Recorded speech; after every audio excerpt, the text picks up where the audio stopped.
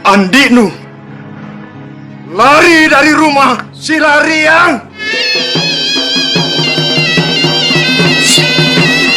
Assalamualaikum warahmatullahi wabarakatuh. Hai para pecinta film dimanapun kalian berada. Hari ini kita ketemu lagi dengan membahas sebuah film dari Bugis Makassar dengan tema Si Lariang atau Kawin Lari. Dengan judul film Badik Titipan Ayah. Bagaimana ceritanya? Let's see.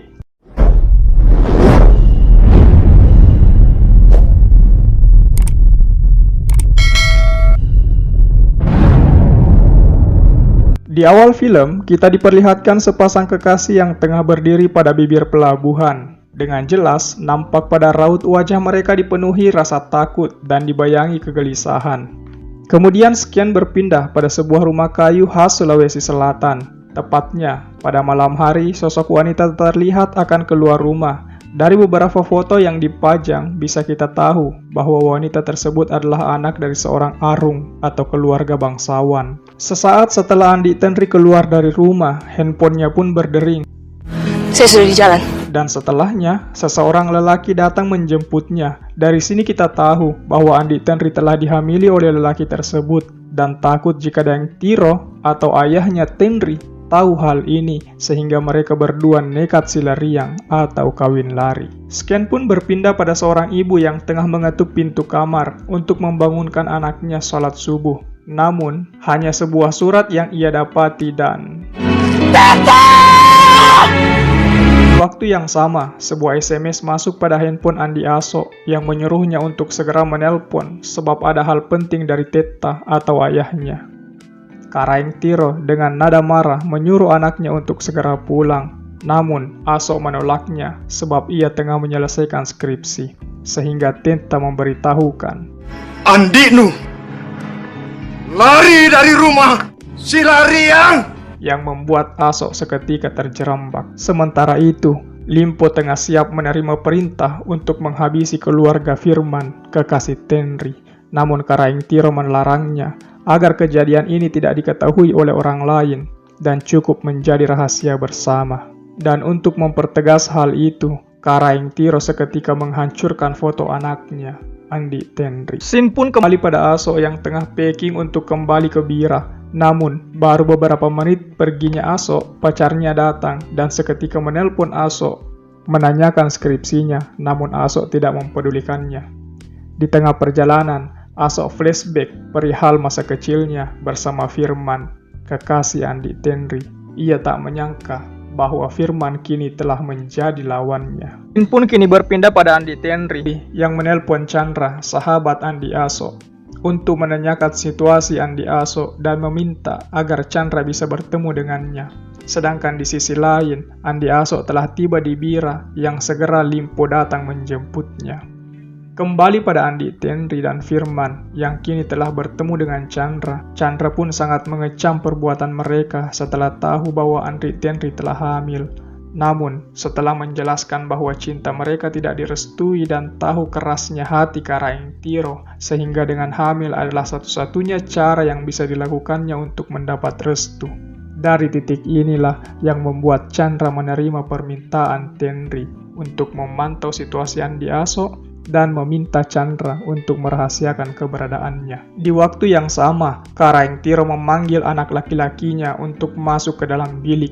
Dari sini kita tahu bahwa Karaeng Tiro yang tengah buta tidak mampu lagi dalam menyelesaikan masalah, sehingga Aso, cari mereka. Setelah Andi Aso menerima badik titipan ayahnya, maka sebagai lelaki Bugis, ia harus menyelesaikan masalah dengan adat istiadat yang nyata. Kemudian dijelaskanlah badik itu bahwa pada ujungnya telah banyak darah yang mengalir, darah musuh, darah penjajah, darah pengkhianat. Dari generasi ke generasi, badik ini selalu setia membela kehormatan keluarga tuannya.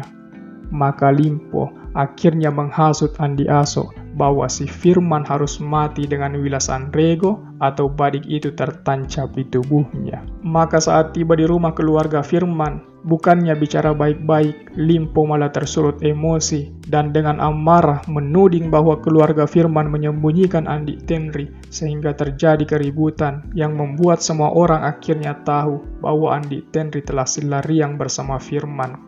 Dalam hal ini Limpo, ia sangat berapi-api dalam membela keluarga Karaeng Tiro, sebab sedari kecil saat ayahnya meninggal di tengah lautan, hanya Karaeng Tiro yang secara ikhlas merawat dan mendidiknya sampai sekarang ini. Maka jika Karaeng Tiro menyuruhnya terjun dari bukit ini untuk menutupi rasa malunya, maka hal itu pun akan dilakukan Limpo. Sebab sakit yang ia rasakan oleh Karaeng Tiro saat ini juga ia rasakan. Sehingga ia sangat menyesali perbuatannya di hadapan Karaeng Tiro karena tak mampu menahan emosinya. Karaeng! Karena merasa belum pantas dan gagal dalam menuai tugasnya, Andi Aso akhirnya ingin mengembalikan badik sang ayah. Hal ini langsung dibantah oleh Karaeng Tiro yang menyatakan bahwa badik itu telah menjadi takdir Andi Aso. Sebab dialah anak lelaki satu-satunya sekaligus untuk mencari adiknya bersama lelaki yang telah membawanya pergi. Setelahnya, Andi Aso harus menumpaskan tugas dari badik tersebut. Setelah itu, Aso menanyakan perihal akar permusuhan keluarganya dengan keluarga Firman kepada emaknya. Dari sini diceritakan bahwa Karaeng Tiro dan Karaeng Parappa, ayah Firman, dulu terlibat kecelakaan dalam satu mobil. Akibat sebuah pertengkaran yang berasal dari masalah bisnis, kecelakaan tersebut membuat ayah Firman, Karaeng Parappa meninggal dunia dan Karaeng Tiro menjadi buta. Dan Karaeng Tiro bersumpah tak mau berurusan lagi dengan keluarga Karaeng Parappa.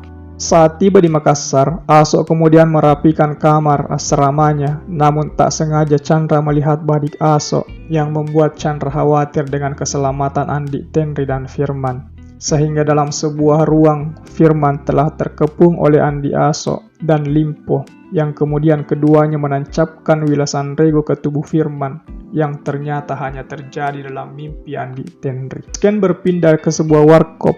Andi Aso yang baru saja diputuskan oleh pacarnya, tiba-tiba dikejutkan oleh kedatangan Limpo, yang membawa kabar perihal keberadaan Andi Tenri saat ini. Namun percakapan mereka telah didengar oleh Chandra yang langsung menelpon Andi Tenri untuk segera menyelamatkan diri. Situasi ini membuat Firman dan Andi Tenri menjadi panik. Namun saat Andi Aso dan Limpo telah tiba di tujuan, Andi Tenri bersama Firman sudah lebih dulu bergegas. Sehingga di jalan raya, Andi Aso dan Limpo berpencar untuk mencari Andi Tenri.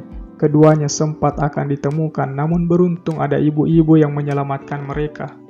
Sedangkan di rumah, ibu membuat nasi kuning sebab hari ini adalah ulang tahun Tenri yang membuat Karaeng Tiro menjadi murka dan sekaligus membuat kesehatannya semakin memburuk. Karena ada pesta pernikahan keluarga sehingga mereka harus hadir. Namun, baru beberapa langkah keluar dari rumah, seseorang datang menanyakan perihal pernikahan Andi Tenri yang membuat Karaeng Tiro terkena stroke dan sakit parah.